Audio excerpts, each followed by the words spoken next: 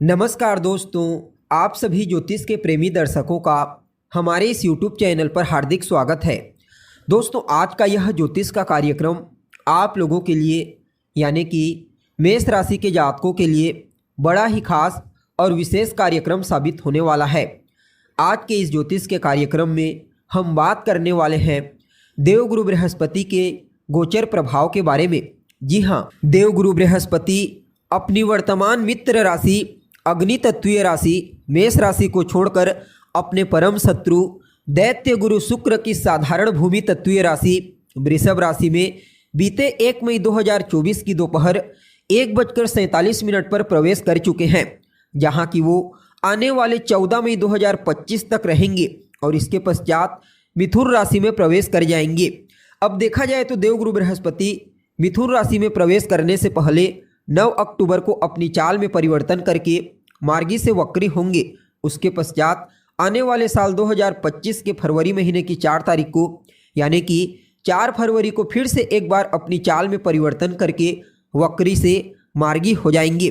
तो ऐसे में बड़े विस्तार के साथ जानने का प्रयास करेंगे कि देवगुरु बृहस्पति अपने शत्रु की साधारण भूमि तत्वीय राशि में गोचर करते हुए किस प्रकार से आपको प्रभावित करेंगे। जी हाँ, देवगुरु बृहस्पति का यह राशि परिवर्तन आपके जीवन में क्या कुछ बड़ा परिवर्तन करने वाला है, जीवन के किन किन क्षेत्रों में आपको इस राशि परिवर्तन के चलते विशेष लाभ की प्राप्ति होगी, तो वही कौन कौन सी सावधानी आपको इस गोचर काल के दरमियान बरतने की आवश्यकता है। साथ ही साथ बृहस्पति के इस राशि परिवर्तन प्रभाव को और बेहतर परिणाम प्रदायक बनाने के लिए क्या उपाय आपको करना चाहिए, सभी बातें विस्तार पूर्वक आपको बताएंगे। इसलिए कार्यक्रम को अंत तक देखिए। और अगर आप अपनी जन्म कुंडली पर हमसे परामर्श लेना चाहते हैं तो डिस्क्रिप्शन बॉक्स और वीडियो के अंदर आपको हमारा कॉन्टैक्ट नंबर मिल जाएगा, जहां से आप या तो व्हाट्सएप के माध्यम से या फिर डायरेक्ट फ़ोन कॉल के थ्रू अपॉइंटमेंट लेकर अपनी जन्म कुंडली का विस्तार पूर्वक अध्ययन करवा सकते हैं। जी हाँ, तो दोस्तों, कौन है देवगुरु बृहस्पति? तो ज्ञान, धन, शिक्षा, संतान, ऊंचाई, मान सम्मान, सफलता और मांगलिक कार्यों के कारक हैं देवगुरु बृहस्पति। अपने इन्हीं कारकत्वों के चलते हमारे जीवन के विभिन्न पहलुओं को नियंत्रित करते हैं। जन्म कुंडली में जब देवगुरु बृहस्पति बलवान हो तो जातक बेहद ही बुद्धिमान, ज्ञानवान और समझदार होने के साथ साथ विवेकवान और सत्य की मार्ग पर चलने वाला होता है।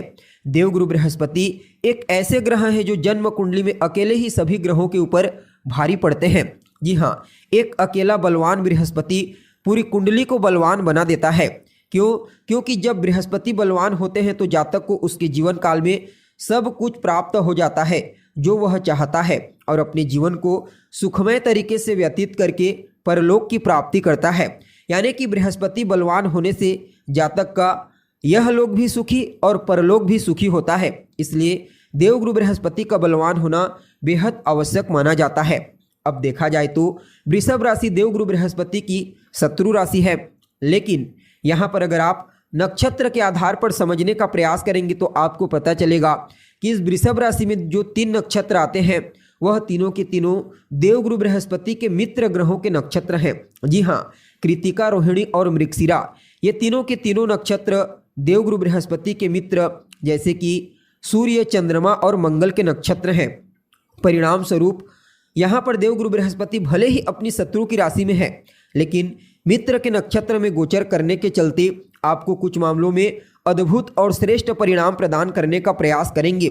जी हाँ, देवगुरु बृहस्पति का यह जो परिवर्तन है निश्चित तौर पर आपके जीवन में बहुत बड़ा बदलाव करने वाला है। भाग्य का कदम कदम पर आपको ऐसे साथ दिलाएगा कि आप खुद ही हैरान रह जाएंगे। क्योंकि देवगुरु बृहस्पति को भाग्य का भी कारक ग्रह कहा गया है, अतः बहुत बड़ा परिवर्तन आपको देखने को मिलेगा। जी हाँ, अब देखा जाए तो मेष राशि के जातकों के लिए देवगुरु बृहस्पति का यह गोचर कुंडली में आपकी राशि से दूसरे स्थान में हुआ है। यहाँ पर देवगुरु बृहस्पति आप सभी मेष राशि के जातकों के लिए आपके 9वें भाव और आपके 12वें स्थान के स्वामी बनकर आपके दूसरे भाव से गोचर करेंगे। अतः आप सभी मेष राशि के जातकों के लिए देवगुरु बृहस्पति के इस गोचर को कुछ मामलों में बड़ा ही अद्भुत और श्रेष्ठ परिणाम प्रदायक कहा जा सकता है। जी हाँ, दूसरा भाव किस चीज़ का होता है? तो दूसरा स्थान आपकी वाणी का होता है, आपके खान पान, आपके कुटुंब परिवार, आपकी शिक्षा, आपकी पैतृक संपत्ति और कहीं ना कहीं ससुराल पक्ष से आपके रिश्ते का प्रतिनिधित्व करता भाव है। तो ऐसे में देवगुरु बृहस्पति का कुंडली के दूसरे भाव से गोचर करना, वो भी भाग्यपति बन करके, तो यह अपने आप में ही अद्भुत है। पहले तो भाग्यपति बन करके आपके धन स्थान से गोचर कर रहे हैं, अतः महाधनी योग का निर्माण किए हुए हैं, जिसके चलते इस गोचर काल के दरमियान जब तक आने वाले मई 2025 तक देवगुरु बृहस्पति वृषभ राशि में गोचर करते हुए धन से संबंधित तमाम प्रकार की समस्याओं से आपको मुक्ति प्रदान करेंगे। जी हाँ, चाहे धन आगमन को लेकर के हो या फिर धन संचयन को लेकर के, समझ लीजिए आपको आकस्मिक रूप से कोई बड़ा प्रॉफिट, बड़ा धन प्राप्त होने वाला है। चाहे तो वह धन आपका रुका हुआ आपको प्राप्त हो जाए या फिर किसी बड़े प्रोजेक्ट में कार्य करने के लिए आपको प्राप्त हो जाए। यह जो गोचर होगा देवगुरु बृहस्पति का, आपको भाग्य के प्रभाव से विशेष सफलता, ऊंचाई और धन प्रदायक साबित होगा। इस गोचर काल के दरमियान आपकी वाणी बड़ा ही प्रभावशाली रहेगी और आपका व्यक्तित्व भी लोगों को आपकी ओर आकर्षित करने के लिए मजबूर कर देगा। आप अपने वाणी के प्रभाव से, अपने व्यक्तित्व के प्रभाव से कई प्रकार के पेंडिंग पड़े हुए कार्यों को पूरा करने का प्रयास करेंगे। कुटुंब परिवार के मध्य आपसी तालमेल बेहतर होंगे, एक दूसरे के प्रति सहयोग की भावना देखने को मिलेगी। ससुराल पक्ष से आपको आर्थिक लाभ की प्राप्ति होने वाली है। अब समझने का प्रयास कीजिए, देवगुरु बृहस्पति जहाँ होते हैं वहाँ से 3 घर को देखते हैं, जहाँ होते हैं वहाँ से 5वें घर को, 7वें घर को और 9वें घर को देखते हैं। अब आपकी राशि से दूसरे भाव में गोचर कर रहे हैं, अतः इनकी जो दृष्टि होगी, पंचम दृष्टि, वह आपके 6ठ भाव पर पड़ेगी। फलतः देवगुरु बृहस्पति यहाँ पर आपको रोग, रिपु और ऋण, इन तीनों चीज़ों से बचाने का प्रयास करेंगे। अगर स्वास्थ्य से संबंधित किसी भी प्रकार की समस्या आपको पुराने समय से फेस करनी पड़ रही है तो समझ लीजिए इस गोचर काल के दरमियान उस समस्या से काफ़ी हद तक आपको राहत की प्राप्ति होगी। आपके जो शत्रु हैं, आपके प्रतिद्वंदी, चाहे वह कार्य स्थल पर हो, धार्मिक स्थल पर हो, सामाजिक स्थल पर हो, समझ लीजिए इस गोचर काल के दरमियान आप अपने शत्रुओं के ऊपर भारी पड़ेंगे। यूँ समझ लीजिए इस समय आपके शत्रु भी आपसे मित्रता करना चाहेंगे। ऐसा भला क्यों? क्योंकि देवगुरु बृहस्पति आपके व्यक्तित्व और आपकी प्रतिभा के साथ साथ आपके कम्युनिकेशन स्किल्स और बौद्धिक क्षमता को इतना बेहतर बना देंगे कि आपके शत्रु भी आपके साथ जुड़कर काम करने में अपना भला समझेंगे। जी हाँ, और विद्यार्थियों के लिए तो कहना ही क्या, खास करके वह विद्यार्थी जो किसी भी प्रकार से प्रतियोगी परीक्षा, कंपटीशन एग्जाम की तैयारी कर रहे हैं, उन लोगों को गुरु की कृपा से सफलता प्राप्त करने से कोई नहीं रोक सकता।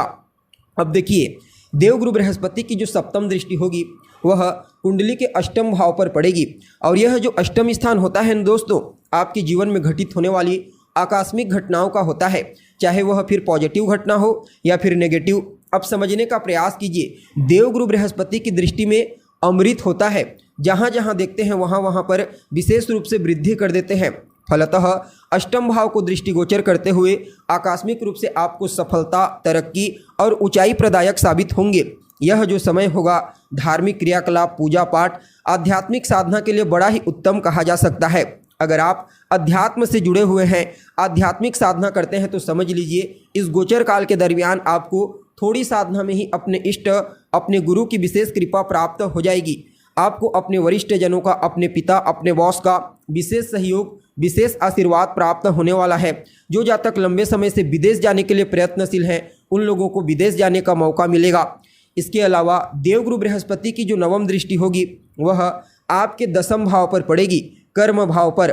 फलतः कार्य क्षेत्र को लेकर किसी भी प्रकार की कोई चिंता आपके मन में है तो समझ लीजिए उस चिंता से आपको देवगुरु बृहस्पति बाहर निकालेंगे। कार्य क्षेत्र में ऊंचाई, तरक्की और सफलता के लिए इस गोचर को बड़ा ही उत्तम कहा जा सकता है।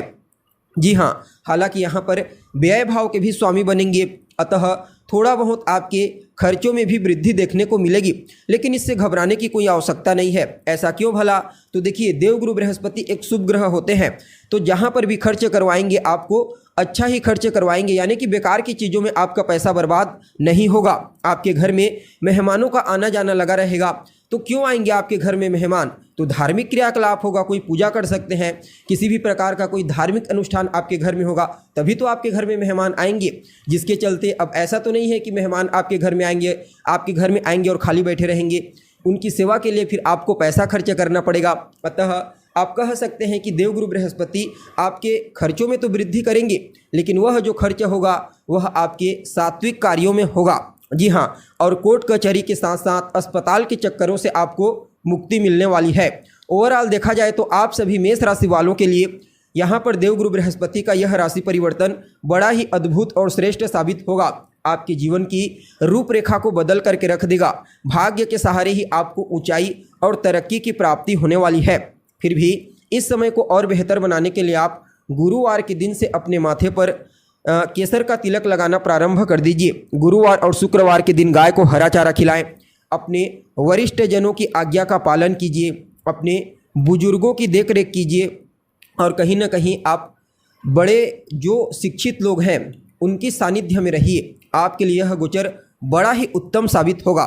जी हाँ, तो दोस्तों, हमें उम्मीद है जानकारी आपको पसंद आई होगी। जानकारी अच्छी लगे तो इसे अपने दोस्तों के साथ, अपने रिश्तेदारों के साथ शेयर अवश्य करें। अभी के लिए बस इतना ही। पुनः मुलाकात होगी एक नए और ताज़ा एपिसोड में। तब तक के लिए आप हमें इजाज़त दीजिए। नमस्कार।